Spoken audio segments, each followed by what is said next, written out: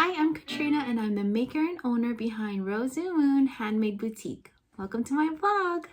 In this vlog, I'll be taking you behind the scenes to our first holiday market of 2024. We'll be going to KC Local Market here in Kansas City, Missouri. The host of this market, this holiday market, is KC Local Craft Fair. And they do a few markets throughout the year, I think, but this is like their main market and the one that they do every year. Last year we did this market and we had a really good experience, a really good time, and we made a pretty good profit. So we decided to sign up for them again. Yeah, and so this vlog will kind of take you behind the scenes of how that experience went, and towards the end or at the end of the vlog, I'll tell you how we did on sales and everything. So anyways, thank you for being here. Thank you for clicking on our video, and I hope you enjoy it. Good morning. Today is the KC Local Holiday Market, and we live about 30-40 minutes away. We have to be there by 7:45 to set up. So it's still really dark out because of how early it is. We stopped by to grab some Starbucks breakfast because nothing else is really open. And yeah. So the host staggers the load-in time. So the vendors outside kind of have to come in a little bit later, which is kind of a bummer because we have to still set up a tent. But we made it work. It was fine. They're telling us where to go, and as we drove in, we already saw a bunch of vendors were already set up and beginning to set up. Our spot was number 17, and we were lucky we had a nice little corner space. This is actually kind of close to where we were last year, and we're next to our vendor friend from Green Squirrel Studio. There she is. And here's the rest of the vendors. As you can see, the vendors on this side haven't arrived yet. And if people are entering from the parking stalls, this is where they would enter from this side. You can see we're all the way in that far right corner over there where my son is running from. And here's our setup. My husband usually does the tent. He's so awesome. Super appreciative of him. I swear I set up too. We just had to try and record this time. So he's getting a head start while I take some clips. And this is my jewelry stand, my display stand, where I put my bracelets and some of my necklaces. I get a lot of compliments on my display and my display stands. People always ask me if I made them myself or if my husband made them, and I have to tell them no, I purchased them from a company. These two, they're from Vertical Edge. I think it adds a level of professionalism to my display that I love so much. And here's what it looks like from our view. The vendors that weren't here earlier are now here, and they're all set up or getting set up.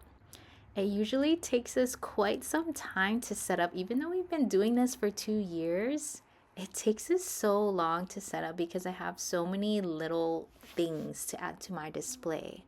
But here's how it looks. So pretty. I love it. Everything's so colorful, so organized. I put a lot of effort into what my booth looks like because I want my customers to have that boutique experience when they enter my booth. Like, everything in here is bright and colorful and pretty and fully stocked. It's so important to me that everything is always fully stocked. And in a typical display, I'd use my 3 standing pegboards on one side. And then in the middle, I have my little checkout table, which also has a bunch of smaller items. And then on this side, I use a 6-foot table with my display stand to display my jewelry pieces. I change up small things from my display from time to time, but for the most part, this is what it'll look like. I have a little Meet the Maker sign at the front. I know people like to ask me where the name Rozumoon comes from. So I put a little sign out here. And here's my new necklace. I put it front and center because it's so beautiful. And somehow I did not plan for a spot for my earring display, so I had to put it on top of here where my back stock drawers are. Let me take you to behind the tent. We put our front door in the back this time so that we could use a zipper to enter and exit. We're expecting rain today, so we put our walls up and we used the front door in the back so that we could come in and out easily. And here's what it looks like behind my checkout table and some of the things I keep back here. My bags, my cash box, the things that'll hold the jewelry, and some other stuff, my back stock for easy access, and yeah. The weather was really lovely at the very beginning of the market. Customers were trickling in, and while it's slow, I'm gonna take you to the other parts of the market. This is right outside the barn. It's opposite to where we are. If you can see, there's Santa. Santa's walking towards the barn area. And here's the other vendors. They even had a mini golf vendor. That was cool. They didn't have that last year. And here's inside of the barn. It's so pretty inside, but the spaces look a little smaller for the vendors. And yep, you have to go up and down a stairs to get to that section of the barn. But there's also a section at the bottom part of the stairs for other vendors, as you can see. And yeah, back to our booth. My husband caught a lot of clips of customers coming into our booth, and like I said, there was steady traffic throughout the day. It just wasn't crazy busy. And we were really lucky to get this corner spot because we had a big open space right next to my booth where my kids could enjoy and play during the event. And you can kind of tell too, the booths were able to spread out quite a bit, which was nice. A good few hours before the rain came for us, and if you can tell by this clip, we had to push in our display a couple feet, and that kind of made it a little tricky. Being in a rainy event is definitely a bummer, but this wasn't our first experience at a rainy pop-up. So we kind of already knew what we needed to do. We had to make sure our walls are up. We had to make sure our display was a couple feet away from the entrance wall. The rain today actually wasn't as bad as previous rainy events that we've been to. The rain was actually coming from the back of our tent instead of the front. So luckily our entrance wasn't getting too much rain on our stuff. And then the rain just kind of persisted on and off throughout the rest of the event and even towards packing up. And here's a really short clip of us in the middle of packing up. And by the end, here's our empty stall. We're sitting in the car now, but yeah, that's how the event went. Hi, and welcome back to the craft room. We're gonna do our market recap. Thanks for watching and following along with our market experience. So in the intro, I kind of shared that we did this holiday market last November as well in 2023. And a couple of things that were definitely different was the weather. For one, it did not rain last year. It was cold, but it didn't rain. I remember it being pretty sunny. Also, maybe because of the weather, there was a lot more people last year. I remember it being very steadily busy throughout the day. Whereas this year, they kind of trickled in. They trickled in throughout the day. There still was a steady flow, I feel like, within my booth. But last year, I do remember it being a lot more people earlier on. And even towards the end, there were still a lot of people. This time around, I think the weather and the rain kind of scared people from coming, which is kind of a bummer. I think it also scared away some vendors too, because I did notice there were some empty vendor spaces. I felt like there were more vendors last year. What also was different was they had actually raised the price. I think I originally paid $85 in 2023 or for that holiday market. And then this one in 2024, I remember I had to pay $95 plus 5 more. I don't know. My note said I paid $95 plus 5, which I'm not sure why. Or maybe the last one was $95 and this time they increased by 5. Either way, I remember that they increased the price. And if you were an outdoor vendor though, your price should have been a little bit lower than the indoor vendors. I remember in 2023, before the market had happened, I didn't want to be inside. So inside is the barn, because it looks cool. So I wanted to be inside, but after the market or during the market, it was so congested. Like I remember trying to walk through it and I felt like I was in a herd. Like we were in a herd in a line going through the barn. And if you wanted to look at something or shop somewhere at one of the booths, you really had to kind of know already that you wanted whatever you wanted. Otherwise, you would have been kind of pushed, not pushed, but like with the herd, you kind of had to keep going. So for this year, I really decided that this time I'm not even going to try for the barn. I'd rather stay outside anyways. We had a really good experience outside. So we signed up for outside again. But if you saw my footage of inside the barn, you would have noticed that it was not like how I described last year was inside the barn. It wasn't crowded at all. And I went in there like twice, I think. And in both times that I went inside, there was a lot of space. And it's not like it was empty, but it wasn't like last year. Anyways, back to how the market went. So I usually bring some sort of notebook to record my sales. Sometimes I take notes on what I'm low on, like my stock.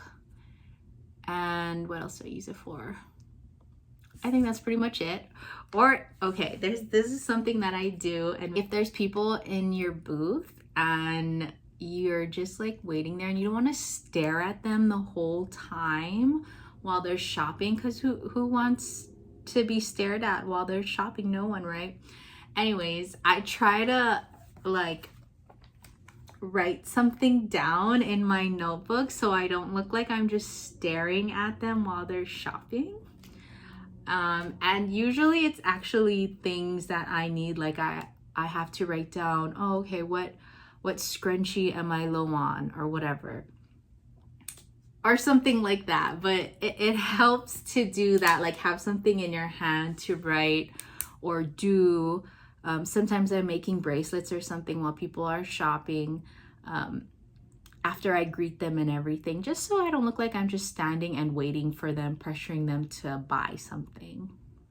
But anyways, so back to how we did. Okay, so in my notes, it says that we sold 25 items, and they kind of vary. So I didn't take notes on how much of what item that we sold, but it was a mix of bracelets, scrunchies. I sold a lot of scrunchies at this holiday market, key wristlets, and hair claws. I don't think I sold any necklaces. Nope. Yeah, it was a very scrunchy day. A lot of my sales, I feel like, were scrunchies, which is actually not typical. And it's the winter. How interesting, right? I also took notes that there are a lot of scrunchies I need to make more of and restock. which is nice. It's actually been a while since I've made any scrunchies because they haven't been selling as fast. So it's kind of nice that I have to do that. And as far as our sales, we did not meet our sales goal. Last year, we paid less for the vendor fee, but we made over $600 in gross sales, like close to 700. But this year, we made less than half of that, which, I don't know, it's kind of disappointing because it's one of those markets that I signed up for early on in the year, and I've been kind of waiting for this market. And the weather, I know, was a big influence of why not a lot of people probably came out. So it's just kind of a bummer and it's disappointing, but sometimes you just can't help it. Like, obviously you can't control the weather. But as for the organizer, I think the organizers did a really good job, and they typically do. So if I had to do this if I was invited to do this pop-up again, I don't know. It's hard to say. If they weren't planning on increasing the prices again, I probably would do this pop-up again. But if they did increase the price, I don't think so. I think it's too big of a gamble. But as far as whether I would recommend this market to another handmade vendor, a local vendor, I definitely would. I think it would be a really good experience because the organizer and host is like really organized, and the event itself had mainly makers. I feel like this is one of the events that most of the vendors, if not all the vendors, were makers of some sort or artist. Thank you for being here for this video and watching and following along with our market experience. I hope you enjoyed it. Our next market won't be until the very end of November.